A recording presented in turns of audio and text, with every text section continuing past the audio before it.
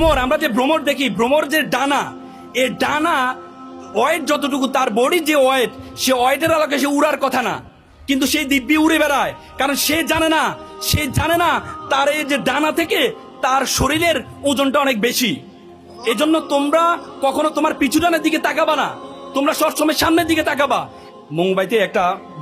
মুম্বাইতে south Asian debate competition ছিল, তখন আমি ঢাকা বিশ্ববিদ্যালয়ের ছাত্র ছিলাম।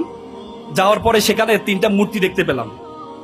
3টা মূর্তি, একটা মূর্তি 2 চোখে হাত, একটা মূর্তি কানে 2 হাত, একটা মূর্তি মুখে 2 হাত।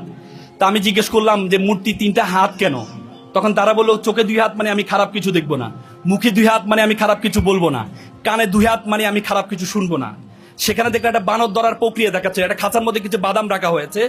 বানর আবার বাদাম খুব পছন্দ করে, সে বানর যখন বাদামটা নিতে যায় তখন তার হাতটা বড় হয়ে যায়, সে চাইলে এখান থেকে বের করতে পারে না, সে হাতটা বের করতে পারে না, সেই হাতটা আটকে যায়। তখন পরবর্তী সে চাইলে এখান থেকে মুক্ত হতে পারে কিভাবে? সে বাদামটা ছেড়ে দিলে, কিন্তু সে বাদামের লালসা ছাড়ে না, পরবর্তীতে সে ধরা খেয়ে যায়। আমাদের লাইফে অনেক বাদাম আছে।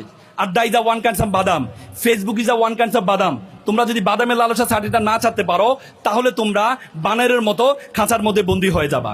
এপিজে আব্দুল কালাম খুব চমৎকার একটি কথা বলেছেন যে প্রজাপতির পিছনে ঘুরিও না, ফুলের চাষ করো, প্রজাপতি তোমার পিছনে ঘুরবে।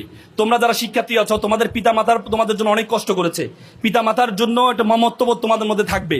আজকে সমাজে বৃদ্ধাশ্রম বেড়ে যাচ্ছে, তার মূল কারণ হচ্ছে আমরা আমাদের সন্তানকে সেভাবে লালন পালন করতে পারছি না, এবং আমাদের সন্তানরা পিতা মাতার প্রতি সে শ্রদ্ধাবোধটা নেই।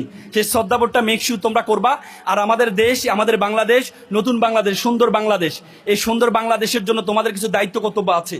তোমরা পৃথিবীতে এত সুন্দর দেশ তুমি কোথাও দেখবে না। I have visited 26 states all over the world. আমি পৃথিবীর 26টা দেশে গিয়েছি, একদিন থেকেছি, 2 দিন থেকেছি, আমার দেশের জন্য অন্যরকম ভালোবাসা তৈরি হয়েছে। পৃথিবীতে এত সুন্দর। আমি কিছুদিন আগে রাশিয়া গিয়েছিলাম, -25 ঠান্ডায় আমি অজু করতে যাব, ঠান্ডায় আমার আঙ্গুল ফেটে রক্ত বের হয়েছে। পৃথিবীতে এত সুন্দর দেশ তুমি কোথাও পাবা না। জন এফ কেনেডি বলেছে, you don't ask what country can do for you, you can ask you can do for your country. তুমি জিজ্ঞেস করো না তোমার দেশ তোমাকে কি দিয়েছে, বরং তুমি জিজ্ঞেস করো তুমি তোমার দেশের জন্য কি করেছো। সুতরাং দেশের প্রতি মামত্ববোধ, পিতা মাতার প্রতি শ্রদ্ধা, শিক্ষকের প্রতি শ্রদ্ধা, এটি সুন্দর কেরিয়ার গঠনের মাধ্যমে তোমরা অনেক বড় সমাজে একটা ভূমিকা পালন করবে, সে আশাবাদ ব্যক্ত করছি।